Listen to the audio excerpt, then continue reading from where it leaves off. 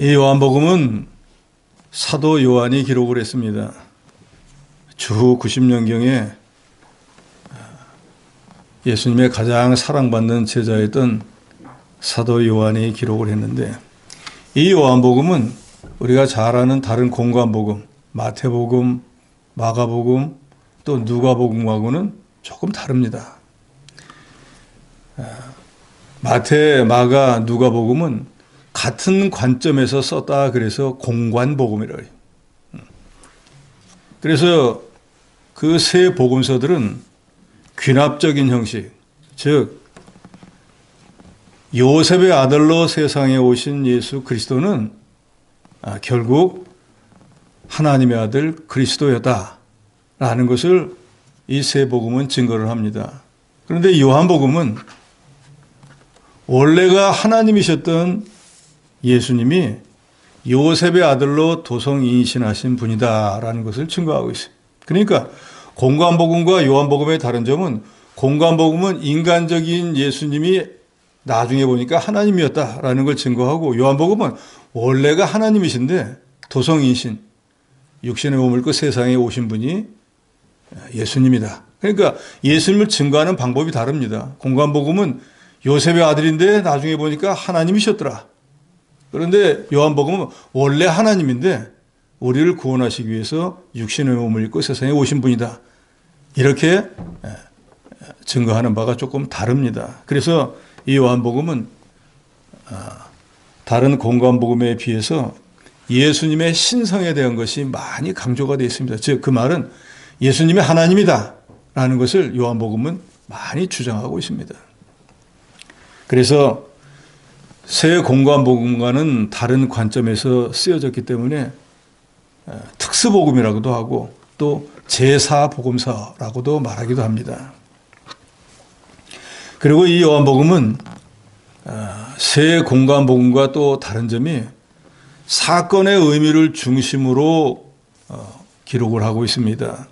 요한복음에 보면은 예수님의 탄생, 어린 시절, 40일 동안의 시험, 변화산에서의 사건과 겟세마네에서 주님의 고통과 고난, 다른 공관 복음서에는 기록되지 않는 다 기록이 되어 있는 그런 사건들을 여기 요한복음에서는 생략한 것이 많습니다.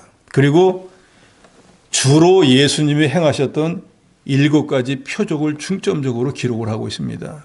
그래서 물로 포도주를 만든 사건 2장에 나오는 것, 4장에서는 왕의 신하의 아들의 병을 고쳐준 일, 5장에서는 38년 된 병자를 고치신 일, 또 6장에 가면은 오병이어의 이적으로 5,000명을 먹이신 일, 9장에 가면은 소경의 눈을 뜨게 하신 일, 그리고 11장에 가면 죽은 나사로를 살린 일, 그리고 21장에 가면은 베드로로 하여금 많은 물고기를 잡았던 이 사건을 중점적으로 기록을 하고 있습니다.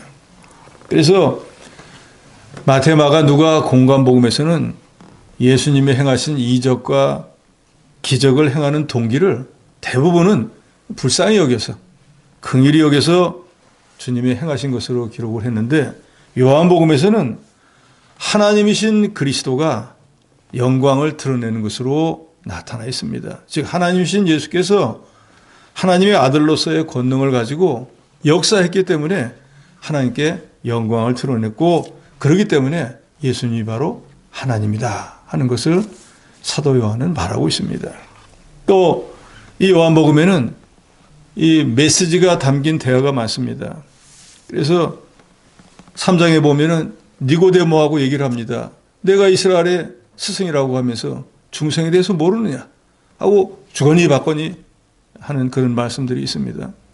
또 4장에 가면 사마리아 여인에게 내가 나를 구세주로 믿느냐, 구세주에 대한 조상들로부터 이어받았던 그 생각과 내가 지금 대화하는 내가 바로 구세주니라 하는 여호와인과의 대화, 또 5장에 가면은 38년 된 병자를 고치고 난 뒤에 유대인들과 하는 대화들이 있고, 6장에서도 오병이어로 5,000명을 먹이고 난 뒤에 무리들에게 예수님께서 서로 대화하는 거, 7장에 가면은 초막절 때 유대인들하고 논쟁하는 일, 또 8장에 가면은 간음 중에 잡힌 여자를 용서하고 난 뒤에 돌 있는 자가 먼저 들어서 쳐라 할 때 율법과 예수님의 사랑의 대화가 있고, 또 10장에 가면 수준절 때 유대인들과의 대화, 13장에서 17장에서는 제자들에게 앞으로 이렇게 해야 된다라고 하는 메시지가 있습니다. 그래서 이 다른 공관복음과 다르게 예수님이 제자들과 아니면 유대인들과 대화하는 그런 내용들이 상당히 많이 기록이 되어 있습니다. 그런데 이 요한복음에 기록된 중요한 목적은 요한복음 10장 31절에 보면 오직 이것을 기록함은 너희로 예수께서 하나님의 아들 그리스도이심을 믿게 하려 하며 또 너희로 믿고 그 이름을 힘입어 생명을 얻게 하려 함이니라 그랬습니다. 그러니까 사도 요한이 요한복음을 쓴 목적은 뭔가? 택한 자로 하여금 예수님이 하나님의 아들 그리스도임을 믿게 해서 예수를 믿는 자마다 영생을 얻게 하기 위한 목적이 이 요한복음을 저술한 목적이다 그 말이에요. 그러니까 우리도 이 요한복음을 통해서 우리 주 예수 그리스도가 우리가 지식으로 알고 있는 그저 목수인 요셉의 아들이 아니라 원래부터 하나님이셨는데 저와 여러분을 구원하기 위해서 육신의 몸을 입고 세상에 오셨던 하나님이다 라는 것을 저도 여러분도 믿으셔야 됩니다. 그것을 믿게 하기 위해서 사도 요한이 이 요한복음을 다른 공관복음과 다른 방향에서 저술을 한 것입니다. 그래서 여기 1장 1절에서 마지막 51절까지는 조금 내용이 차이가 있지만 예수 그리스도가 어떤 분인가에 대한 것을 논증, 증거를 하고 있습니다. 1절에 보면 예수 그리스도는 하나님이라 그랬습니다. 1절에 태초에 말씀이 계시니라. 이 말씀이 하나님과 함께 계셨으니 이 말씀은 곧 하나님이시라. 태초에 말씀이 계셨는데 그 말씀은 하나님과 함께 있었다 그랬어요. 그런데 그 말씀이 누군가? 하나님이라는 거예요.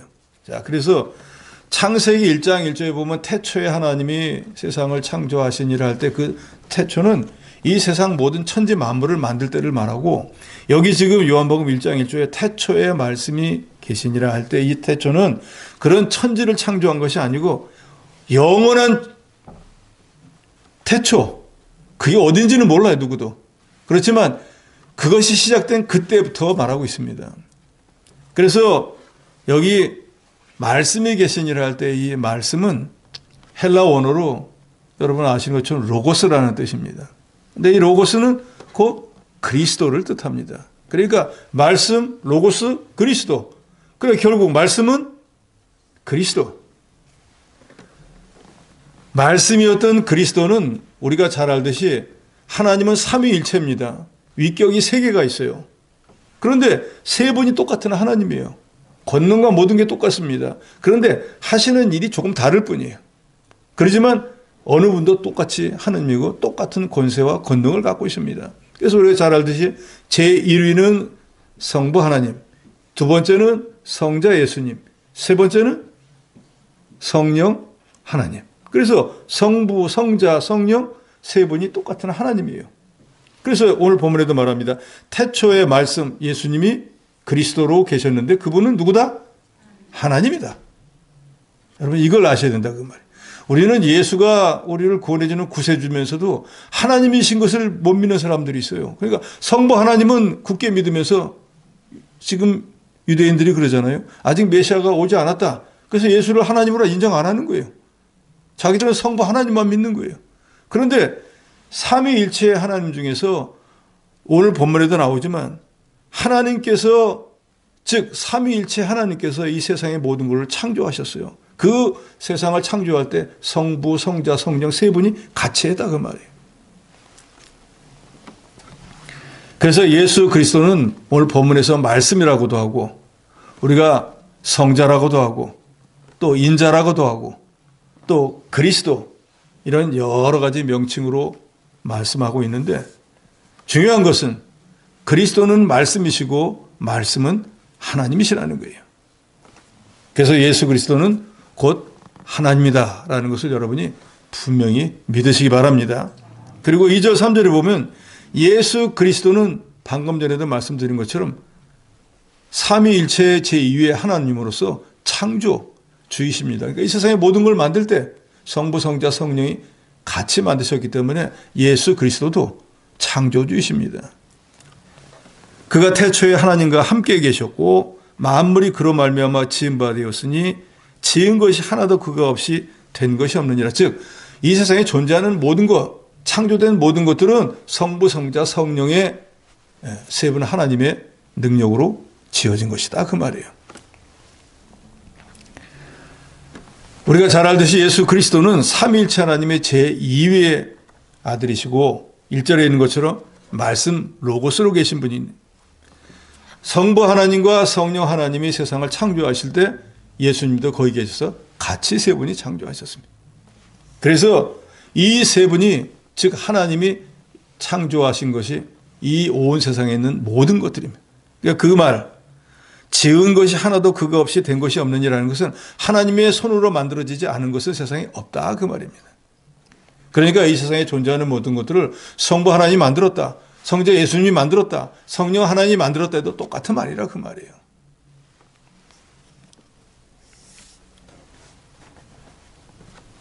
그리고 4절로 5절에 보면은 예수님은 만물의 생명과 빛이 된다 그랬습니다. 4절에 그 안에 생명이 있었으니 이 생명은 사람들의 빛이라. 빛이 어둠에 비침에 어둠이 깨닫지 못하더라. 우리 주 예수 그리스도는 만물의 생명과 영적 생명의 근원이 되시고 생명의 창조주가 되십니다. 그래서 사람들의 영혼이 그리스도와 연결이 되면은 그 말은 사람들이 예수를 영접하면 그때 영혼이 중생하게 되고 산 영혼이 되어서 그리스도와 연합하게 되는 것입니다. 그러니까 우리가 이런 말을 하잖아요. 모든 인간들이 아담이 타락한 이래로 영혼이 죽었다라고 하는 말은 영혼이 없다라는 말이 아니에요. 영혼은 있는데 영혼이 영혼의 기능을 제대로 못한다는 거예요. 즉 영혼의 기능이 정지되었다는 거예요. 동물처럼 먹고 마시고 하는 이거에 대한 영혼의 기능은 있는데 하나님을 안다든지 신령한 일을 한다든지 하나님 말씀을 깨닫는지 하는 이런 신령한 일에 대한 기능은 정지가 됐다 그 말이에요. 그러니까 영혼이 하는 기능이 육신을 지탱해 나가는 일도 있고 이 신령한 일을 해나가는 건 있는데 타락한 이래로 신령한 일에 대해서는 죽어버리고 육신만 지탱하는 영혼만 남았다 그 말이에요. 그러니까 그 사람들은 이 세상에 살아가는 동안에 이 세상에 있는 것만 잘 되면 그게 성공이라고 생각을 하는 거예요. 그렇지만 우리같이 예수를 구주로 믿고 영원히 다시 중생한 사람은 새로운 생명을 예수님으로부터 받는다 그 말이에요. 새 생명을. 그래서 우리가 새 것이 되었노라 하는 말은 새 생명을 예수님으로부터 받았다 그 말이에요. 그래서 그 생명을 받음으로 인해서 그 생명이 원천이 어디서 오는가? 하나님이신 예수님으로부터 오는 거예요. 그러니까 우리가 예수를 믿으면 그때 영혼이 중생한다 그랬잖아요. 그러니까 죽어 있었던 영혼을 예수님이 다시 살려주는 거예요. 그래서 살려주고 난 뒤에는 예수님으로부터의 오는 새로운 생명과 우리가 연결이 돼서 살아가는 거예요. 근데 우리가 예수를 부인한다. 그럼 그게 끊어지는 거예요, 다시. 그러면 영적 흑암을 만나게 되는 거예요. 그러니까 신앙생활 하다가 신앙생활을 중단하면 불신자처럼 살잖아요. 그러잖아요. 예수 안 믿는 사람이 찬양을 하겠어요? 기도를 하겠어요? 예배당을 가겠어요? 신령한 일을 아무것도 안 한다고요. 불신자가 똑같다 그 말이에요. 즉 하나님과의 관계가 끊어져 버리는 거예요. 그럼 어떤 일이 생기는가? 사무엘상에 보면은 사울이라고 하는 사람이 나옵니다. 한 3년 동안은 그래도 하나님 말씀을 잘 지키다가 한 3년 지나고 나니까 자기 밑에 군사도 있어, 신하도 있어, 자기가 권세가 있어서 뭐라고 말만 하면 온 나라가 자기 말을 다 들어야 되니까 자기가 하나님인 것으로 착각을 하게 됐어요. 그래서 이제는 하나님도 필요 없고 난 내 마음대로 할 거야 하고 자기 마음대로 합니다. 그러니까 그 다음에 어떻게 되는가? 하나님이 사울을 떠나버리셨다 그랬어요. 그러니까 이 사람이 세상을 인간적인 지혜를 가지고 다스리는 지혜는 있고 전쟁이 나오면 싸우는 지혜는 있는데 하나님과는 만날 수가 없게 됐어요. 왜? 하나님이 떠나버렸으니까. 그래서 블레셋이 쳐들어왔고 전쟁을 당하니까 자기가 너무 곤란에 빠졌습니다. 그래서 세상에 도와줄 분이 없으니까 하나님을 좀 찾아야겠다고 하나님 열심히 찾았는데 하나님이 대답을 안 해줬어요. 왜? 너는 나를 떠났는데 왜 네가 나한테 와서 그러냐 하고 하나님이 꿈으로도 대답 안 해주고 우림이나 둠밈으로도 안 해주고 선제를 통해서도 대답을 안 해주는 거예요. 이게 바로 믿는 사람들이 하나님과의 관계가 끊어지면 당하는 영적 곤고함이. 그래서 지난주에 우리가 상고했지 않습니까? 우리가 신앙생활 하다가 아무리 어렵고 힘든 일이 생겨도 그건 내 개인의 일일 뿐이라 그 말이에요. 하나님과의 어떤 일에서는 뒤로 물러서면 안 된다는 거예요.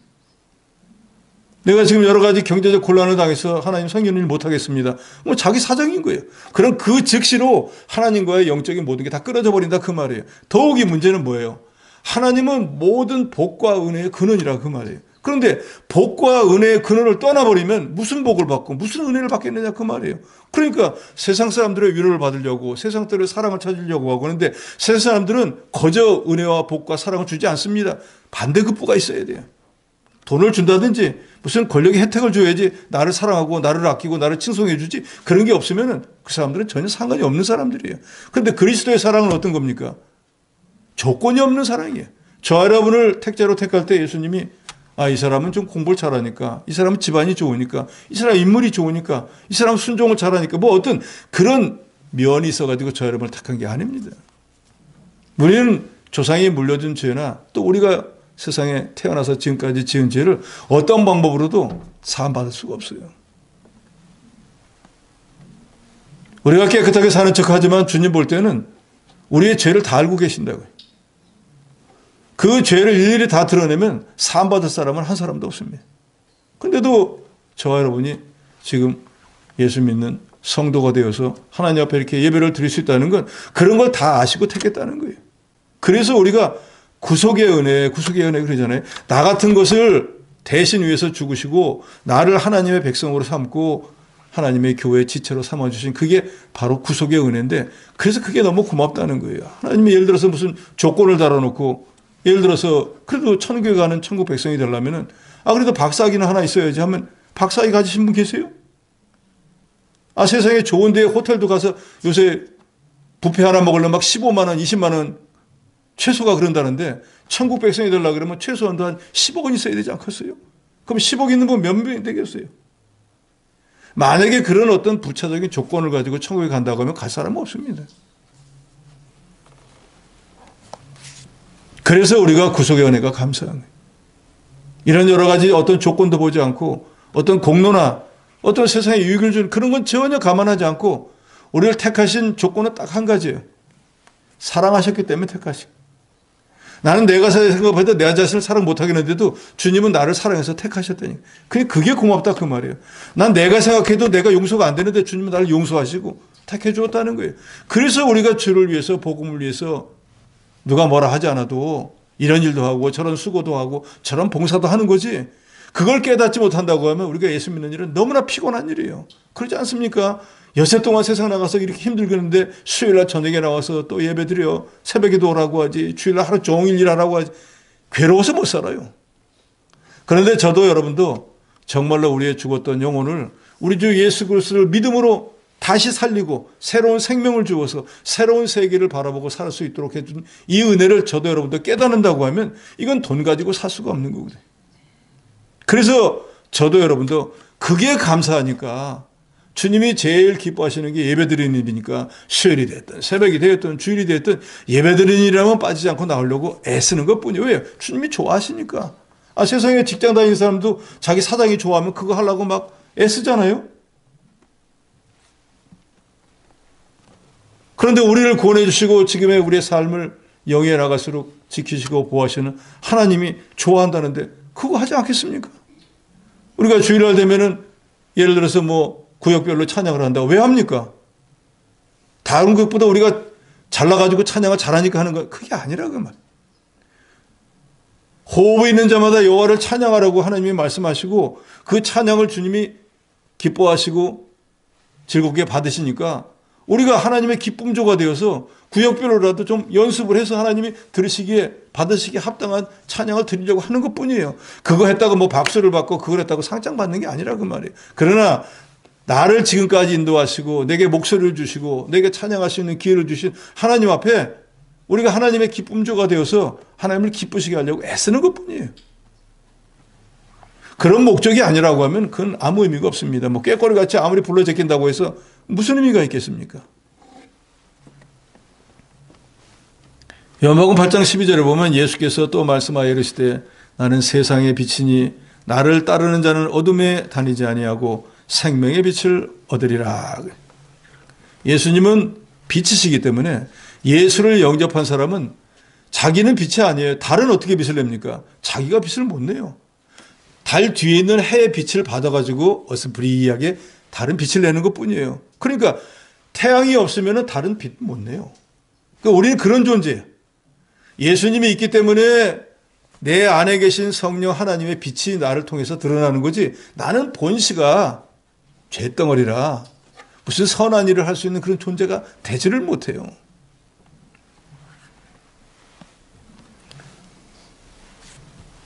그래서 누구든지 예수 그리스도를 영접하면은 참된 생명을 얻고 빛 가운데 거하게 되는 것입니다. 그래서 예수께서도 분명히 말씀하잖아요. 너희는 세상의 빛이라. 너희는 세상의 소금이라. 그러니까 너희는 예수를 믿으면 소금이 될 것이다가 아니에요. 예수를 믿으면 그 즉시 빛과 소금이 되는 거예요. 그런데 5절에 보면 빛이 어두움에 비쳤지만 어둠이 깨닫지 못하더라 그랬습니다. 창세기 3장 10절 15절에 보면은 하나님이 타락한 인간에게 최초의 복음의 메시지를 말씀합니다. 그것은 내가 너로 여자와 원수가 되게 하고 내 후손도 여자의 후손과 원수가 되게 하리니 여자의 후손은 내 머리를 상하게 할 것이요 너는 그의 발꿈치를 상하게 할 것이니라. 이게 뱀에게 하는 말이지만 뱀에게 하는 말이 아니라 뱀 안에서 역사했던 마귀에게 하는 말이에요. 여인의 후손이 뱀의 머리를 상하게 한다 하는 것은 장차 구세주가 되는 예수 그리스도가 오셔서 마귀의 권세를 깨뜨리고 죄인을 구속하여 주실 것이라고 하는 첫 복음의 메시지입니다. 하나님을 떠나 어둠의 세상에 참 빛이 되신 예수님이 오셨지만 많은 사람들이 그걸 깨닫지를 못했어요. 그래서 9절에 보면 참빛, 그 세상에 와서 각 사람에게 비치는 빛이 있었나니 라고 하는 말은 예수 그리스도께서 하나님이신데 육신의 몸을 입고 세상에 오셨다 그 말입니다. 그리스도는 세상에서 각 사람에게 비치는 빛이십니다. 그래서 요한일서 1장 5절에 보면 우리가 그에게서 듣고 너에게 전하는 소식은 이것이니 곧 하나님은 빛이시라 그에게는 어둠이 조금도 없으시다 하는 것이니라. 하나님은 영적 빛, 진리의 빛, 생명의 빛, 사랑의 빛입니다. 그래서 하나님 자체가 빛이고 하나님의 세계는 또 빛의 세계이고 그렇기 때문에 하나님의 세계는 어둠이라는 것이 조금도 없습니다. 여기서 어둠은 죄를 말하는 거예요. 그래서 하나님은 예수 믿고 구원 얻은 모든 성도들에게 제일 먼저 하시는 말씀이 뭐예요? 내가 거룩하니 너희도 거룩하라. 이 거룩이라고 하는 말을 우리가 알아야 돼요.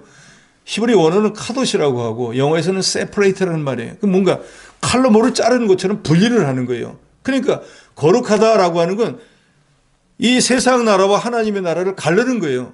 우리가 이 땅에 발을 딛고 살지만 우리는 시민권이 어디에 있는가? 이 땅에 있는 게 아니에요. 대한민국 시민권이 아니고 우리는 하늘나라 하나님 나라의 시민권을 갖고 있는 사람이에요. 그래서 우리가 이 세상을 살다가 어떤 일로 하여튼 세상을 떠나면 어디로 가는가? 어디로 갑니까? 우리의 본향인 천국으로 가는 거예요. 왜요? 우리가 시민권이 거기 있으니까.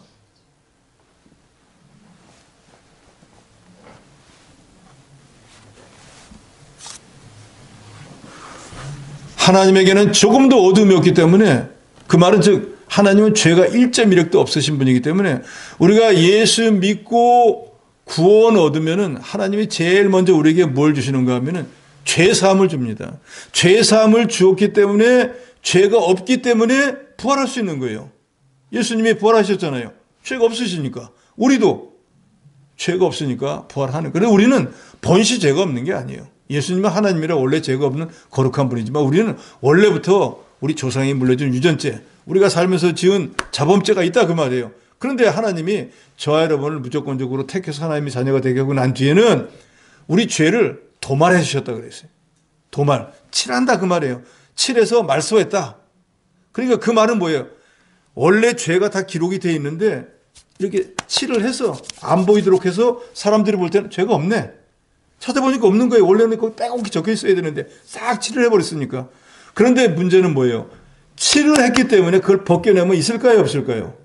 있다는 거예요. 그러니까 저 여러분이 그걸 아셔야 된다는 거예요. 그래서 사도 바울이 그렇게 훌륭한 일을 많이 했으면서도 자기가 성경에 기록해 놨잖아요. 나는 죄인 중에 괴수라는 거예요. 지금 당장에 한 모든 일을 보면 예수님만큼 일을 했으니까 너무너무 훌륭한 위대한 사도라고 하지만 바울은 그렇게 생각 안 하는 거예요. 내가 지금 그 일도 하나님의 은혜로 한 것이고 원래 나는 죄인 중에 괴수와 같은 사람이었는데 주님이 죄를 사해 주는 바람에 없는 것처럼 여기서 이렇게 일을 한 것뿐이지 원래 내 죄는 여전히 남아있기 때문에 너희들 죄보다 내가 더 커. 난 죄인 중에 괴수야 라고 말했던 거예요. 오늘 우리가 여러분도 이걸 아셔야 됩니다. 그런다고 하면은 우리 예수님께서 그런 말씀 하시잖아요. 남의 눈에 티를 볼 것이 아니고 자기 눈에 들보를 보라 그러잖아요. 내가 남을 가지고 정죄하고 그 사람들을 뭐라고 하기 전에 과연 나는 그런 말을 할 만한 죄는 하나도 진 적이 없는가? 라고 하면은 얘기하면 돼요. 나는 그런 죄를 진 적이 한 번도 없기 때문에 나는 너무나 깨끗하니까 내가 이렇게 말할 수 있다. 할 수 있는 사람이 몇 명이나 되겠냐? 실제로 그 사람이 지은 죄보다 내가 지은 죄는 더 크고 더 많을 수 있어요. 그런데 어떻게 더 많은 사람이 작은 사람한테 이랬다 저랬다 얘기할 수 있겠느냐 그 말이에요. 우리가 정말로 신앙생활에서 이런 원리를 바로 깨닫는다고 하면은 잘한 거를 칭찬할 망정 남을 정죄할 이유는 없어요. 왜? 내 죄가 큰데 내가 남에게 무슨 말을 하겠어요. 그렇잖아요. 그렇지만 믿음의 선한 행위를 한 걸 칭찬할 수는 있죠. 집사님 참 잘했어요. 하나님께 영광이 될 거예요. 성도들의 본이 될 거예요. 그런 걸 하지만 아이 그렇게 해가지고 되겠어? 이런 말은 올릴 자격이 없다 그 말이에요. 정말로 저 여러분 이렇게 깨닫는다고 하면 하나님의 교회 안에서는 칭찬만 있지 남을 헐뜯고 중상 모욕하는 말이 있을 수가 없어요. 왜요? 그것은 내가 다른 사람보다 더 많은 죄라는 갖고 있다는 걸 깨닫지 못하는 사람이기 때문에 그러니까 하나님은 그런 사람을 보고 교만하다는 거예요. 자기 자신이 뭔지를 모르니까. 그래서 예수께서 그 말씀을 하신 거잖아요. 남의 눈에 티를 보지 말고 자기 눈에 들보를 봐야 돼. 12절로 13절에 보면은 예수 그리스도를 영접하는 자는 하나님이신 예수를 영접했기 때문에 즉 하나님의 자녀가 되는 권세를 주신다 그랬습니다. 12절 13절 같이 읽도록 합니다. 12절 13절입니다. 시작. 영접하는 자 곧 그 이름을 믿는 자들에게는 하나님의 자녀가 되는 권세를 주셨으니 이는 혈통으로나 육정으로나 사람의 뜻으로 나지 아니하고 오직 하나님께로부터 난 자들이니라. 네. 유대인이 되었든지 이방인이 되었든지 지금 이 시대를 따지면 남자가 되었든 여자가 되었든 배운 사람이든 배우지 못한 사람이든 권세를 가졌든 못 가졌든 뭐 어떤 경우가 되었든지 예수 그리스도를 구주로 영접하는 사람에게는 하나님이 뭘 주시는가? 하나님의 자녀가 되는 권세를 준다는 거예요. 저 여러분이 하나님의 자녀가 된 것도 다른 게 아니라 내가 예수를 구주로 믿고 의지하고 있기 때문인 거예요. 그런데 그 구세주가 되는 예수 그리스도가 누구인가 하면 하나님이기 때문에 하나님을 믿었으니까 하나님께서 그럼 넌 내 자녀 해라 해서 우리가 하나님의 자녀가 되는 권세를 받은 거예요. 즉 사도 요한은 예수 그리스도가 하나님의 아들이지만 하나님이시기 때문에 누구든지 그 이름을 믿는 자는 믿었기 때문에 하나님의 자녀가 되는 거예요. 우리가 이렇게 얘기하잖아요. 불신자들은 우리보다 더 선하게 살고 우리 눈에 볼 때는 참 죄도 안 짓고 살고 있는 그런 사람들이 있는데 시골 예를 들어 지리산 산골에 세상에도 잘 나가지도 못하고 거기서 내도록 살다가 세상을 떠나는 사람 죄 질 일 별로 없잖아요. 그런데 그런 사람은 왜 지옥 가는가? 다른 이유가 아니에요. 이 복음의 말씀대로 누구든지 예수로 아니하면은 하나님의 자녀가 되는 권세를 받을 수 없어요. 그래서 예수께서도 말씀하잖아요. 나는 길이요 진리요 생명이니 나로 말미암지 않고 나를 믿지 않고는 하나님의 자녀가 될 자가 없느니라 했는데 불신자는 그 말을 안 믿는 거예요. 뭐 예수 믿는다고 뭐 하나님 자녀가 되나 천국 가나 하고 안 믿은 그 죄로 지옥에 가는 거예요. 그 사람이 뭐 선한 행위를 못했다. 그 사람이 착하게 살지 못했다. 그게 아니라 그 말씀을 순종하지 않았기 때문에 지옥에 가는 거예요. 다른 이유가 아닙니다. 우리는요. 그 죄의 말씀을 믿고 순종해서 예수를 영접했기 때문에 하나님의 자녀가 되는 권세를 받은 거예요. 서두에도 말씀드린 대로 무슨 우리가 하나님 앞에 공로가 있고 세상에 무슨 유익을 주고 남보다 더 선하게 살아 그런 게 아니라 그 말이에요. 예수 그리스도를 믿는다고 하는 것은 마음으로 믿고 영으로 하나님의 아들인 것을 입으로 시인하는 거예요. 그래서 예수를 믿는 사람은 그 예수가 이미 서두에 말씀드렸죠. 예수는 말씀으로 계셨는데 그리스도이신데 그분은 하나님이시라 그 말이에요. 그러니까 예수를 믿는다고 하는 건 하나님을 믿는 것이고 하나님의 말씀을 믿는 것이니까 그 예수를 믿으면은 하나님의 자녀가 되는 권세를 받는 것은 지극히 당연한 것입니다. 그래서 요한복음 5장 24절에 보면은 내가 진실로 진실로 너에게 이르노니 내 말을 듣고 예수님의 말씀을 듣고 또 나 보내신 이를 믿는 자는, 나 보내신 이는 누굴까요? 성부 하나님이겠죠. 그러니까 나도 하나님, 나를 보내시는 하나님, 즉 하나님의 말씀을 듣고 하나님을 믿는 자는 무엇을 얻게 되는가? 영생을 얻었고 심판에 이르지 아니하고 사망에서 생명으로 옮겨온다 그랬습니다. 그러니까 예수를 구주로 믿으면 세 가지가 동시에 일어나는 거예요. 무슨 일이 일어나는가? 영생을 얻는 거예요. 영원히 죽지 않고 사는 생명을 얻게 되고 공심판을 면제를 받습니다. 공심판은 뭔가 하면은 예수를 믿은 사람은 죽고 난 뒤에 영원히 천국에 가고 예수를 안 믿은 사람은 방금 전에도 말씀대로 예수를 안 믿은 그것 때문에 지옥에 가는 심판, 그게 공심판인데 그걸 면제를 받아요. 왜요? 우리 예수를 믿었기 때문에 아예 심판을 받을 필요가 없어요. 그리고 사망에서 생명으로 옮긴다는 것은 예수를 믿지 않는 사람들이 이 세상에 살 동안에 자기가 지은 죄 때문에 그 죄값이 사망이라 죽어서 지옥에 가서 고통을 당하게 되는 건데 우리도 죽어서 지옥에 가서 고통을 당하게 되는데 우리는 길이 바뀌어져 버렸다 그런 말이에요. 예수를 구주로 믿음으로 사망으로 지옥에 갈 사람들이 영생 복락의 세계 천국으로 옮겨졌다. 그래서 예수께서 그걸 말씀하는 거예요. 나 보내신 이를 믿는 자는, 예수를 믿는 자는 영생을 얻었고 심판에 이르지 아니하고 사망에서 생명으로 옮겨오느니라. 그 사람들이 누군가? 바로 저와 여러분이라는 거예요.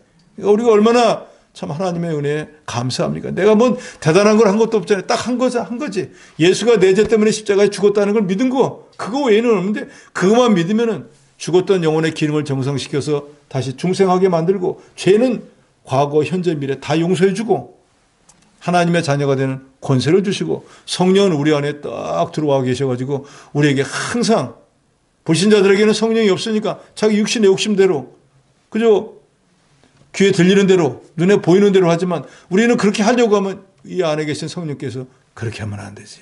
하나님의 자녀가 그렇게 삶을 살면 안 되지. 하고 우리를 권면하고 우리 교훈하고 또 책망하고 그 옛날 육신의 욕심으로 살려고 하던 것을 선한 길로 하나님의 일을 하는 쪽으로 자꾸 옮기도록 하나님이 역사를 합니다. 이게 신자와 불신자의 차이인 거예요. 우리가 같이 눈이 있지만 불신자도 눈이 있고 우리 믿는 사람도 눈이 있어요. 그렇지만 그 사람들은 영혼의 기능이 정지가 되었기 때문에 우리 눈에 보이지 않는 신령한 세계를 하나도 보지 못해요. 천국이 있다고 믿지도 않아요. 그러니까 안 믿으니까. 그런데 희한한 것은 노방에서 전도하다가 전도지 주니까 택 버리고 가길래 그러면 지옥에 나가시니까 딱 뒤돌아보면서 있는 대로 눈총 쏘더라고요. 아니 지옥을 안 믿는데 지옥 가라고 하든지 천국을 가든지 그게 자기가 무슨 상관이야. 근데 엄청 기분이 나쁜가 봐. 지옥 가라니까. 그 말은 뭐예요? 자기도 어설프리 지옥을 믿는다는 뜻이야. 그렇잖아요. 전혀 상관없는데 자기가 인상 쓸 일이 없잖아요.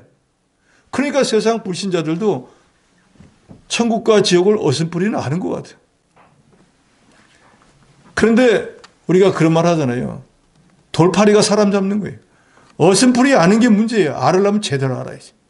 저와 여러분처럼 제대로 믿고 제대로 알아야 돼요. 갈라디아서 3장 26절에 보면 너희가 다 믿음으로 말미암아 그리스도 예수 안에서 하나님의 아들이 되었다 그랬습니다. 그러니까 하나님의 아들이 된 이유는 어떻게 된 것인가? 우리 주 예수 그리스도를 믿음으로 되어진. 우리가 이 요한복음 바로 앞서서 갈라디아서 그 앞에 고린도 전후서 우리가 다 상고해 보았지만 그때 그 초대교회에서 일어난 것들은 뭡니까? 예수 그리스도를 믿음으로 구원 얻는 도리, 그것이 참 복음인데 유대 율법주의자들은 내려와가지고 그것만 하면 안 된다. 할례도 받아야지, 율법도 지켜야지 하고 예수 그리스도로 믿는 구원 외에 다른 것도 자꾸 지켜야 된다고 해서 다른 복음을 전한 것이 문제가 되었어요. 우리가 구원받는 데는 오직 예수 그리스도를 믿기만 하면 됩니다. 그래서 교회 생활을 아무리 오래 했다고 할지라도 정말로 예수가 내 죄 때문에 십자가에 피 흘려 죽어주신 것과 장사된 바 되었다가 사흘 만에 부활한 것이 믿어지지 않는다고 하면 엄격히 따지면 그 사람은 구원 못 받았어요. 이게 믿어져야 된다 그 말이에요. 하나님의 말씀을 자꾸 듣다 보면 믿어지게 되는 거예요. 제가 여러분 우스갯소리를 그 말했잖아요. 유행가 중에서 내가 제일 싫어하는 노래가 쨍하면 해 뜰 날. 그 노래 가사가 그렇게 유치해. 그러잖아요? 듣기도 싫더라고요.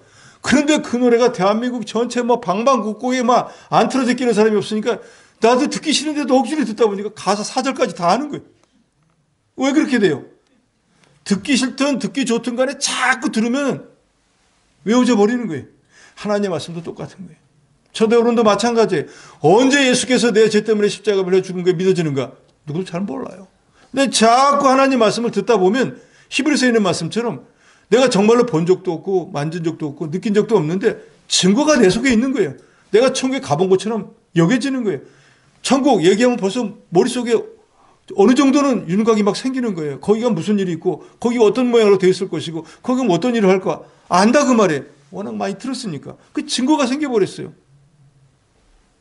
그러니까 다른 사람이 아니라고 하더라도 본 적도 없고 간 적도 없지만 내가 아는 그 지식을 가지고 아니 그게 아니고 이런 게 있다고 하고 논증할 수 있을 만큼 되어버렸다. 그게 바로 믿게 되어진 거예요. 그러니까 지금 당장 하나님 말씀이 안 믿어진다고 할지라도 걱정할 게 없습니다. 자꾸 듣다 보면 나는 거예요. 그래서 성경은 분명히 기록하고 말씀하고 있지 않습니까? 믿음이라는 것이 어디서 난다 그럽니까? 들음에서 나는데 들어도 세상 엄한 걸 들으면 안 되고 뭘 들어야 된다 했어요? 하나님이신 그리스도의 말씀을 들어야 된다는 거예요. 그래야지 그 그리스도의 말씀은 하나님이니까 하나님의 백성이 그리스도의 말씀, 하나님 말씀을 자꾸 들어야지 하나님의 사람으로 만들어지는 거예요. 그러잖아요. 세상 유행가 자꾸 들으면 세상 유행가를 외우게 되는 것처럼 하나님 말씀을 자꾸 듣다 보면 하나님의 사람으로 당연히 만들어지겠죠. 그래서 우리가 예배를 많이 참여해야 되고 말씀을 많이 들어야 되고 우리가 찬송은 곡조 있는 기도라고 하잖아요. 찬송도 많이 해야 되고 또 기도는 말씀을 가지고 묵상해야 되잖아요. 또 기도하면 그러니까 찬양과 기도와 예배를 자꾸 드리면 하나님의 삶으로 만들어질 수밖에 없다는 거예요. 그래서 예배 많이 참석해야 됩니다. 찬송합시다. 기도합시다 하는 거예요.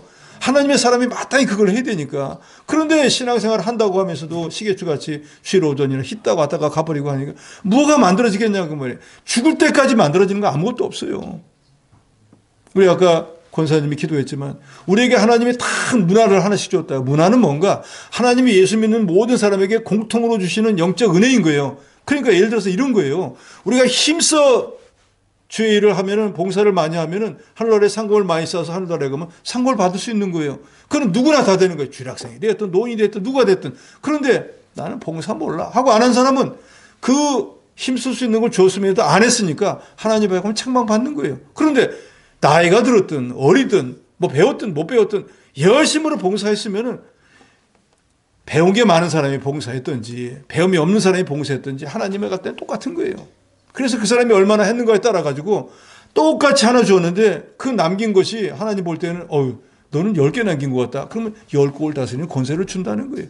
그러니까 우리가 이 땅에 사는 동안에 집안도 뭐 배움도 뭐 여러 가지 경제사도 형편없어 갖고 세상 사람들과 싸워서는 이기지 못하겠지만 우리 주의 일에서는 똑같이 평등해요. 그러니까 힘써서 주의 일을 하면 하나님 앞에 갔을 때 우리가 받을 영광은 우리가 스스로 만들어 나갈 수가 있다는 거예요. 그러니까 얼마나 감사합니까? 이 세상에 안 되는 일이 너무 많잖아요. 집안이 안 좋으면 출세 못 하잖아요. 그래 하나님 나라에서는 된다 그 말입니다. 14절에서부터 18절까지 보면은 예수 그리스도만이 진리와 은혜라는 말씀을 하고 있습니다. 도성인신하신 즉 육신의 몸을 입고 세상에 오신 우리 주 예수 그리스도는 은혜와 진리가 충만하신 분이라고 14절에 말씀합니다. 말씀이 육신이 되어 우리 가운데 거하심에 이건 바로 예수 그리스도를 말씀하시죠. 우리가 그의 영광을 보니 아버지의 독생자의 영광이여 은혜와 진리가 충만하더라. 그러니까 우리 주 예수 그리스도는 은혜와 진리.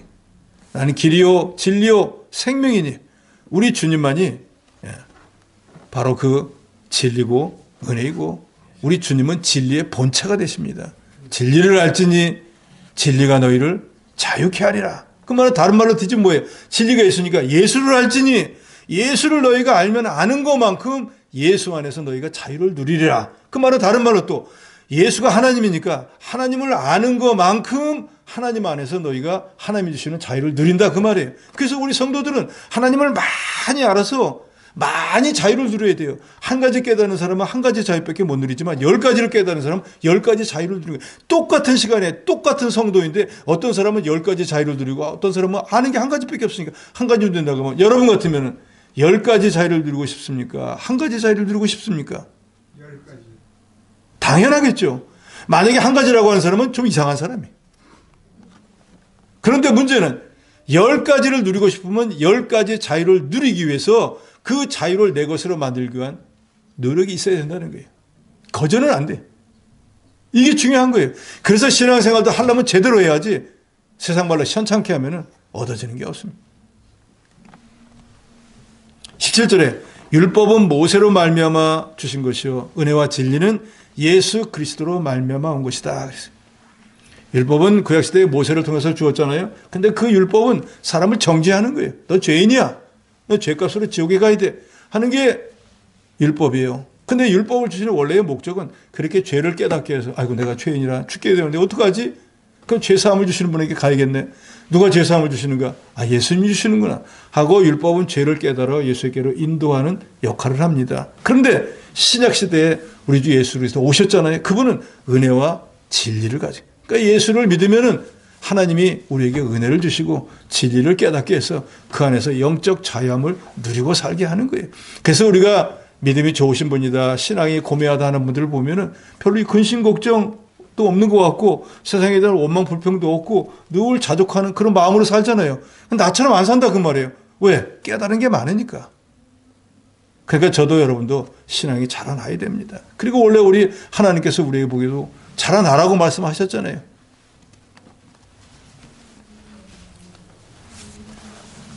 29절에 보면은 예수 그리스도는 하나님의 어린 양이다 그랬습니다. 이튿날 요한이 예수께서 자기의 나오심을 보고 이르되 보라 세상 죄를 지고 가는 하나님의 어린 양이로다. 우리 주 예수님은 바로 우리의 죄를 대신 져주기 위해서 세상에 오신 어린 양이십니다. 구약시대에는 어린 양을 잡아가지고 번제를 바쳤잖아요. 그 바치는 목적은 뭐예요? 자기가 죽어야 되는데 자기가 죽을 수가 없으니까 양에게 죄를 전가시키는 거예요. 오늘 우리도 마찬가지예요. 우리가 하나님의 자녀가 되는 권세를 받고 천국에 가게 된 것은 원래는 내가 죽어서 지옥을 가야 되는데 주님이 나를 사랑해서 너는 그냥 있어. 내가 대신 죽어줄게. 해서 우리 주님이 죽으시면 나는 죽지 않고 하나님의 자녀가 되고 천국에 가게 된 거예요. 즉 주님은 우리를 위해서 대신 죽어주시는 죄짐을 지고 가는 어린 양이 되어야 돼요. 그래서 우리가 다음 주를 고난주간으로 지키잖아요. 그 어린 양처럼 우리를 위한 대속의 죽음을 죽어주시기 위해서 한 주간 동안 고난받은 거에 그게 고난주간이라 고난주간에 그래서 우리가 나 같은 걸 위해서 주님이 이런 고난을 당했구나 하고 그 주님의 고난에 감사하는 게 고난주간인 거예요. 그래서 밥을 한 끼 안 먹으면서도 이렇게 안 먹으면 이게 고통이 있는데 우리 주님은 얼마나 힘이 들었을까 하고 고난에 좀 동참해 보는 거예요. 그동안 내가 신앙생활 현찮게 했는데 이번 이 부활절에는 새벽이라도 한번 나봐야겠다. 내일 못 가도 하루라도 가봐야겠다. 그게 고난에 동참하는 거예요.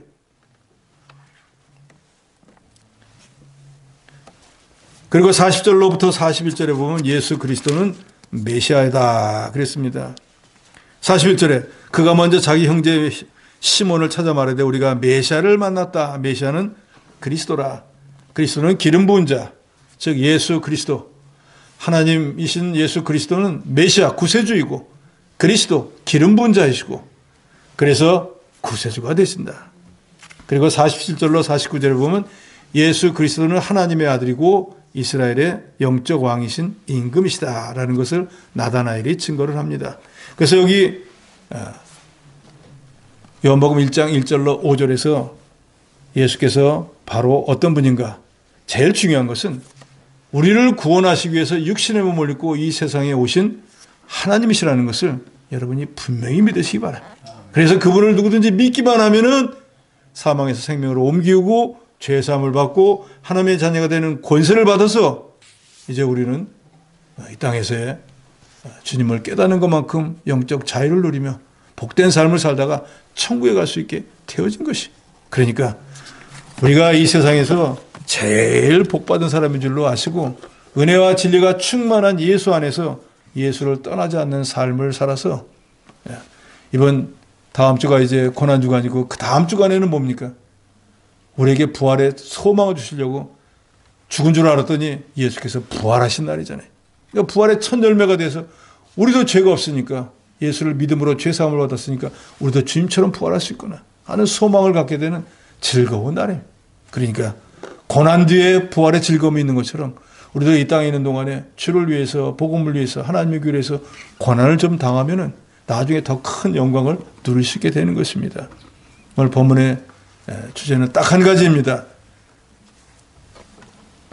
요셉의 아들로 세상에 오셨던 예수 그리스도는 목수의 아들 인간이 아니라 원래부터가 말씀으로 계셨던 로고스 그리스도 하나님이셨는데 저 여러분을 구원해 주기 위해서 이 세상에 오신 하나님이셨다는 것을 저 여러분이 분명히 믿으시기 바랍니다.